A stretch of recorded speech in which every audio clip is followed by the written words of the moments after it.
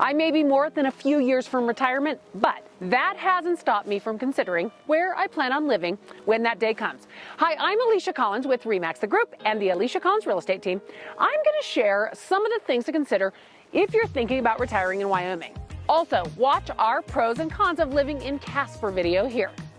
I truly love Wyoming, so sometimes it's hard for me to be objective about living in Wyoming, but I really will try to be more objective as I share some of the pros and cons of retiring here.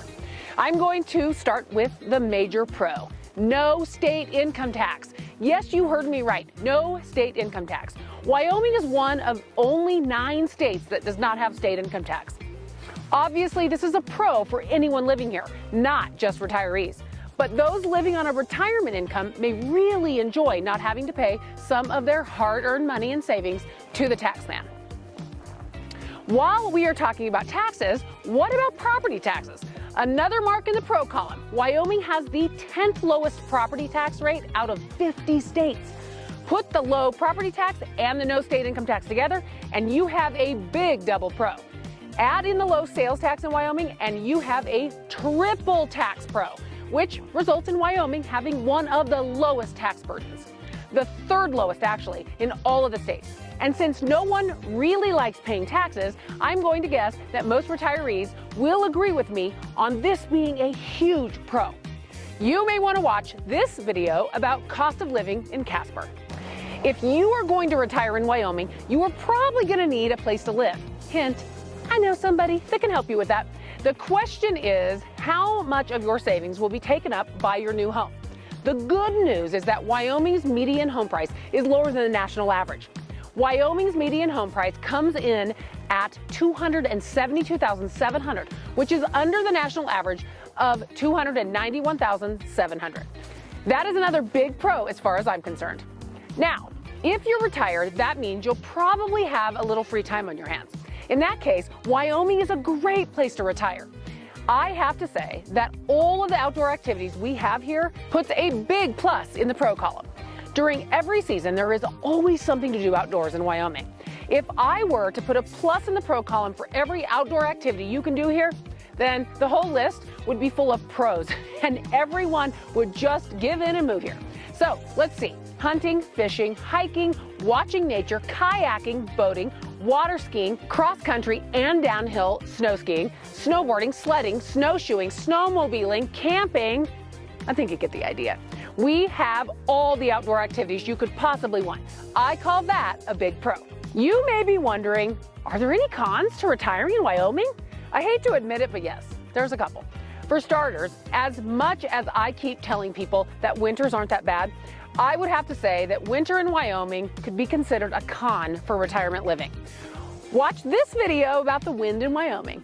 I am pretty sure that most people go to warmer places, not colder places, for retirement. The good news is that you can spend a big part of your year here enjoying all that Wyoming has to offer and just take off for a few of the colder months to warmer climates. Another con for retirees could be access to healthcare. Wyoming does rank around the midway point among several lists that rank the best to worst states for healthcare. So midway is not bad, but if you're the one needing specialized or frequent healthcare, midway in the list isn't that great.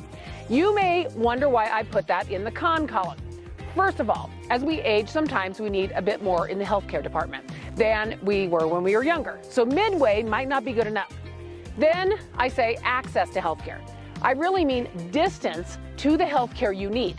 Wyoming is pretty spread out, and with that, our hospitals and medical facilities are also spread out. Yes, in the larger cities, we have access to some great healthcare options, but those options are reduced in the smaller cities and towns. Therefore, you might have to travel quite a distance, even if you need emergency care, and especially if you need a specialist. If you already have family living in Wyoming, this last one won't be a con for you. But if your family lives elsewhere, the lack of travel options might be a con. Obviously, you can get in a car and drive to Wyoming, and our roads are pretty decently maintained, so that isn't a big problem. What I'm talking about is the cost of flights in and out of Wyoming. I know that many of us who live here and need to travel often end up driving to larger cities like Denver to catch a cheaper flight to far places.